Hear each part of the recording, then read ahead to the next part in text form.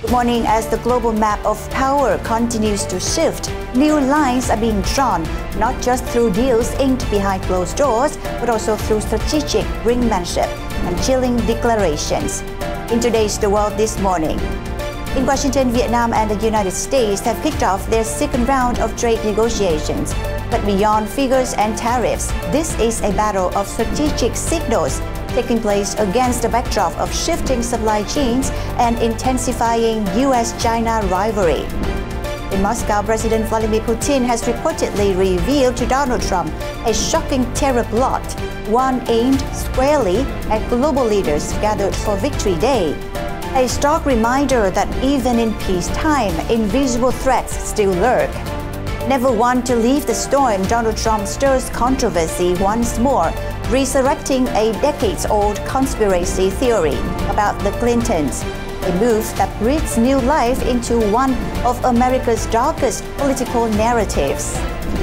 As pressure mounts, the U.S. president finds himself locked in a high-stakes confrontation with a formidable opponent, forcing his inner circle into emergency damage control. Across the Atlantic, Britain makes an unexpected pivot back toward Europe. A new agreement with the EU has ignited fierce debate over whether the UK is reclaiming its future or betraying its Brexit past.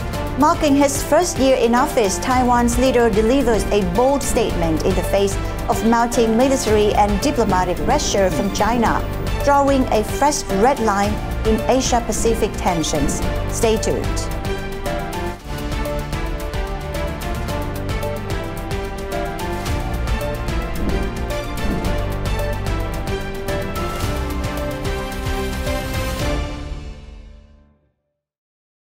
Hello, I'm Trinh Lee. We begin today's program with a key update on tariff negotiations between Vietnam and the United States. On May 20th, Vietnam's Ministry of Industry and Trade announced that the second round of bilateral trade talks has officially kicked off in Washington, D.C. This latest effort aims to resolve lingering issues and prevent the imposition of punitive tariffs, potentially as high as 46% on certain Vietnamese exports. According to an official statement, the second round of negotiations began on May 20th and is expected to continue through May 22nd. The first round was held earlier this month. The statement reads, "Both sides exchanged views on a comprehensive approach to addressing remaining core issues and advancing the negotiation process." Vietnam and the United States are also discussing current policies as a basis for the next steps. Minister of Industry and Trade Nguyen Hong Dien is leading the Vietnamese delegation in Washington. In addition to meetings with U.S. officials, he also held discussions with Westinghouse Energy Corporation regarding cooperation in the field of nuclear technology. This round of negotiations is expected to help strengthen economic and trade relations between the two countries, while also protecting the legitimate interests of Vietnamese businesses amid ongoing global trade uncertainties. One of the most talked about developments in recent days is the first phone call between U.S. President Donald Trump and Russian President Vladimir Putin. But beyond the headlines, one chilling detail has gone largely under the radar. According to Russian state media TASS, citing presidential aide Yuri Ushakov, President Putin used the call to reveal a foiled terrorist plot targeting the Kremlin and Red Square on the eve of Russia's Victory Day celebrations, held annually on May 9th.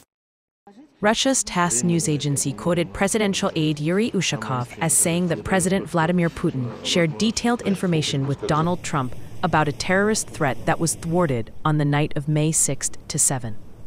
According to Ushakov, Ukraine launched a total of 524 drones and Storm Shadow missiles targeting Russian territory during that night. Putin is also said to have told Trump that there were attempts to intimidate world leaders planning to attend Victory Day celebrations in Moscow on May 9th. Speaking of conspiracies, another controversy has reignited U.S. media. And this time, it comes directly from President Donald Trump. In a move that shocked even seasoned observers, Trump recently resurfaced a long-debunked conspiracy theory, accusing the Clinton family of orchestrating multiple murders. He shared the video titled, "The Video Hillary Clinton Does Not Want You to See," on his Truth Social platform, without offering any comment. A resurfaced video attempts to link Donald Trump's two major political rivals, former President Bill Clinton and former Secretary of State Hillary Clinton, to the deaths of John F. Kennedy, Jr., Democratic National Committee staffer Seth Rich, former White House lawyer Vince Foster, and several others. JFK Jr. died in a plane crash in 1999. The video claims that at the time, Kennedy was a strong contender for the New York Senate seat, later won by Hillary Clinton, implying that she may have orchestrated his death. However, the 2019 biography states that Kennedy had decided not to run prior to his death. The video also accuses the Clintons of involvement in the 1997 murder of Mary Mahoney, a former White House intern under Bill Clinton, who was shot and killed along with two co-workers during an armed robbery at a Starbucks. The shooter was later arrested and confessed to the crime. Vince Foster, who served as deputy White House counsel under Bill Clinton, died by suicide in 1993. 5 separate investigations concluded there was no foul play involved. Seth Rich's 2016 death remains unsolved, though investigators believe it was the result of a botched robbery. No evidence has ever linked the Clintons or anyone from the Democratic Party to the incident. In all of the deaths mentioned, official investigations concluded the causes were accidents, suicides, or unrelated crimes. The video promotes a long-debunked conspiracy theory known as the Clinton body bags, which has been repeatedly dismissed by fact-checkers since the 1990s. The video's origin remains unclear. The White House, the Clinton Foundation, and representatives for Bill Clinton have not responded to media requests for comment. Turning back to the war in Ukraine, a surprising development has rattled defense analysts. Ukrainian intelligence reports that Russia was forced to cancel a combat training launch of its RS-24 Yas intercontinental ballistic missiles, one of the Kremlin's most advanced nuclear weapons, due to an unexpected malfunction. The launch was scheduled to take place near the village of Spodony in Sverdlovsk Oblast. But according to Defense Express, all indicators suggest the plan collapsed at the last minute. The failure has sparked serious doubts about the operational reliability and combat readiness of Russia's strategic missile forces, long regarded as a cornerstone of Moscow's military might. According to multiple sources, if the test launch was indeed a failure, it would mark a major shock and a serious blemish on President Vladimir Putin's record. Previously, in September last year, Russia's Satan II nuclear missile program reportedly failed in 4 out of 5 test launches. According to Ukraine's main intelligence directorate, GUR, the planned launch of the RS-24 Yars missile was to be carried out by the crew of the 433rd Regiment, part of the 42nd Division under Russia's 31st Strategic Missile Corps. The launch was clearly intended as a show of force aimed at Ukraine, the European Union, and NATO member states. The report also notes that this 3-stage solid-fuel missile has an exceptional range of over 10,000 kilometers, making it capable of striking distant targets far beyond Russia's immediate neighborhood. Defense Express further reports that no public evidence of the launch exists in an era where an even distant rumble can be picked up and shared instantly on social media. The complete absence of images or videos from local residents is highly suspicious. Even more telling, the missile's supposed target area, Kura Test Range in Kamchatka, a region stretching from Siberia to Russia's far east, is one where such a launch would have been easily visible to the naked eye. Yet no visual confirmations have emerged. This eerie silence only deepens the suspicion that the launch was quietly aborted at the last minute, a potential sign of deeper technical or strategic issues within Russia's most feared arsenal.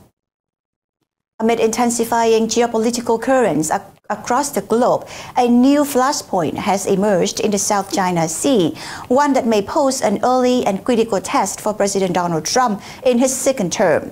Late last month, China made a surprise announcement claiming its Coast Guard had taken control of Sandy Cay, a disputed shoal in the Spratly Islands.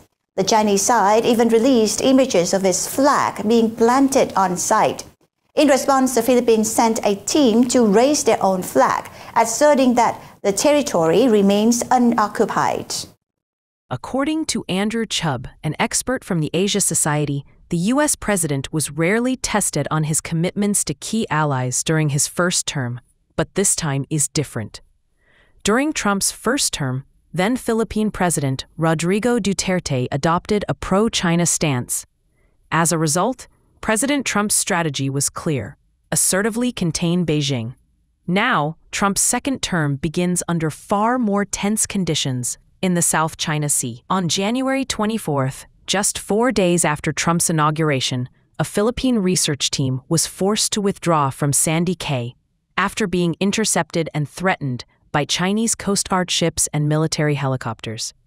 Just weeks later, a Chinese helicopter flew within just 3 meters of a Philippine patrol aircraft near Scarborough Shoal, an extremely provocative maneuver. By January, Chinese Coast Guard vessels remained stationed inside the Philippine Exclusive Economic Zone, EEZ, more than 100 kilometers from any disputed area. Despite the ongoing Balikatan joint military exercises between the U.S. and the Philippines, U.S. freedom of navigation patrols have largely disappeared. The last recorded one was on December 6th of the previous year. Andrew Chubb notes that this behavior is reminiscent of 2017, when President Trump halted patrols to win favor with President Xi Jinping during the height of the U.S.-China trade war. Unlike his first term, America's maritime reach may now be constrained, raising concerns about its capacity to maintain consistent patrols. This reality has only strengthened the case for the Philippines to modernize its naval forces and maritime law enforcement, ensuring it can complement U.S. power with its own resilience. An analysis by CAN news agency suggests that in the South China Sea, the risk of serious confrontation, including potential casualties, is steadily rising. This year, the United States deployed long-range anti-ship missiles to the Philippines for the first time during the Balikatan military exercises. However, the Trump administration's response remains unclear and unpredictable. Against this backdrop, countries like Japan, South Korea, and Australia are expected to support the Philippine government in strengthening its deterrence capabilities in an effort to curb Beijing's strategic advances in the region. While maritime disputes have dominated headlines, China had just delivered a powerful economic blow right during what many considered a halftime pause in the U.S.-China trade war. In a move that caught markets off guard, Beijing announced steep anti-dumping tariffs, reaching as high as 74.9% on imported POM copolymer, a type of plastic widely used in the automotive, electronics, and medical device industries. On May 18th, Reuters reported that China will impose new tariffs targeting the United States, the European Union, Japan, and Taiwan. China's Ministry of Commerce concluded an anti-dumping investigation that began in May 2024, shortly after the U.S. sharply increased tariffs on Chinese electric vehicles, computer chips, and other imports. The initial probe identified signs of dumping, prompting preliminary anti-dumping deposit measures imposed on January 24th. Now, those measures have been formalized with steep tariffs, up to 74.9% on imports from the United States, 34.5% on goods from Europe, 35.5% for Japan, 32.6% for Taiwan. Just days ago, hopes were rising that the U.S.-China trade war might de-escalate, as both sides announced a 90-day tariff freeze and plans to reduce duties. However, this latest move signals renewed tensions and raises fresh concerns that the global trade system may once again be shaken by a new wave of tariff-driven disruption. Beyond raising tariffs, China is now deepening its reach into one of America's most critical allies, Israel. In a move that sparked heated controversy, the Israeli government in March approved a plan allowing Shanghai International Port Group, SIPG, to double its operational capacity at the port of Haifa, one of the country's most strategically sensitive locations. The decision, greenlit under Prime Minister Benjamin Netanyahu, has reignited concerns over Israel's growing entanglement in Beijing and the Tel Aviv government's ongoing struggle to manage China's expanding footprint. As early as 2015, Israeli security experts voiced concern after the Israel Ports Company signed a deal granting Shanghai International Port Group, SIPG, the right to operate the Haifa port for 25 years without undergoing an interagency security review. The risks associated with SIPG were deemed serious, as the Haifa port is located near Haifa Airport and lies less than 2 kilometers from Israel's main naval base. As the largest port in northern Israel, Haifa holds critical strategic importance for national security. According to Shaul Korev, director of the Maritime Policy and Strategy Research Center at the University of Haifa, SIPG's operation of the port would require integration with the entire port's internet systems and those of the Ministry of Transport. This exposes Israel's infrastructure to potential cyber intrusions, data theft, and sabotage, potentially serving Chinese government interests. Moreover, due to the military intelligence ties between China, Russia, and Iran, the Haifa Port Agreement could allow Beijing access to sensitive information regarding Israel's naval operations, commercial shipping routes, and maritime infrastructure, and may subsequently share that intelligence with Iran.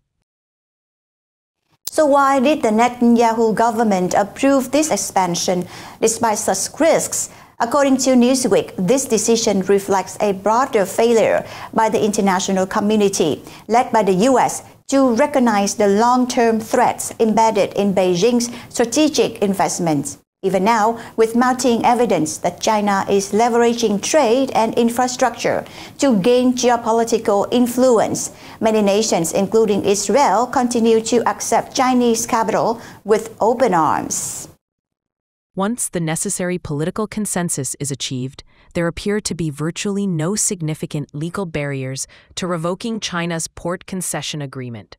Specifically, Clause 9b of the contract signed in May 2015 states that, following consultation with SIPG, the Israeli Minister of Transport, with the consent of the Minister of Finance, may cancel or restrict the transfer rights if deemed necessary for economic reasons or in the public interest. In recent months, China's actions could reasonably be interpreted as adversely affecting Israel's public interest. Beijing has directly or indirectly supported hostile activities targeting Israel, most notably by providing economic, diplomatic, media, and military technology support to Iran, which has been accused of orchestrating the October 7th attack on Israel. Moreover, China is a primary supplier of weapons and components to 3 of Iran's key proxy forces, Hamas, Hezbollah, and the Houthi movement in Yemen. Notably, critical components such as Chinese-made computer chips have reportedly been found in Iran's modern weapons systems. A storm is brewing in Europe, and this time it is not just about foreign policy, but internal fractures across the continent. According to CNN, nearly a decade after the bitter Brexit divorce, the United Kingdom and the European Union have signed a historic agreement aimed at restoring ties across the English Channel. But while the deal signals renewed cooperation, it's also ignited fierce political backlash at home. At a summit held in London on Monday, May 19, UK Prime Minister Keir Starmer and European Commission President Ursula von der Leyen announced a sweeping agreement covering trade, defense, migration, and freedom of movement. A deal expected to partially ease the lingering effects of Brexit. We are rewriting history, This is a pivotal moment to open a new chapter in the special relationship between the EU and the UK, said von der Leyen. Meanwhile, Starmer declared, Britain is back on the global stage. In addition, the UK and EU have significantly reduced trade formalities, particularly for food and beverages. Many plant and animal inspections will be entirely eliminated. This could lead to lower food prices and a wider variety of products on shelves. Though the UK remains outside the EU single market and customs union, the EU and UK have also agreed to maintain EU vessels' fishing rights in UK waters until 2038, 12 years after the current agreement expires. The UK and EU are working toward establishing a labor exchange program for individuals under 30, reopening opportunities for movement between the two sides. UK students may regain access to Europe's Erasmus program, which was discontinued post-Brexit. Additionally, UK citizens will benefit from using electronic entry and exit gates at EU airports, eliminating long queues for passport checks. Conservative Party leader Kemi Badenoch stated, "We are once again subject to EU rules. This is not what the British people voted for in 2016. While the agreement is seen as a pragmatic and necessary step forward, it has sparked concerns about the erosion of sovereignty, a central issue of the Brexit campaign. Prime Minister Starmer is taking a significant gamble, closing the wounds of Brexit to address economic crises, global tensions, and the threat of a new wave of populism. It is time to put the past behind us and enter a new era of cooperation for the benefit of the nation," the UK Prime Minister said. Marking the first anniversary of his presidency, Taiwanese leader Lai Ching-te delivered a clear message on May 20th. While committed to peace and dialogue with China, Taiwan will continue to strengthen its defense capabilities in the face of escalating regional tensions. At a press conference in Taipei, President Lai declared, "The people of Taiwan cherish peace, and I am committed to safeguarding it. Peace is priceless, and in the event of war, there are no winners. However, in pursuing peace, we cannot live in illusions."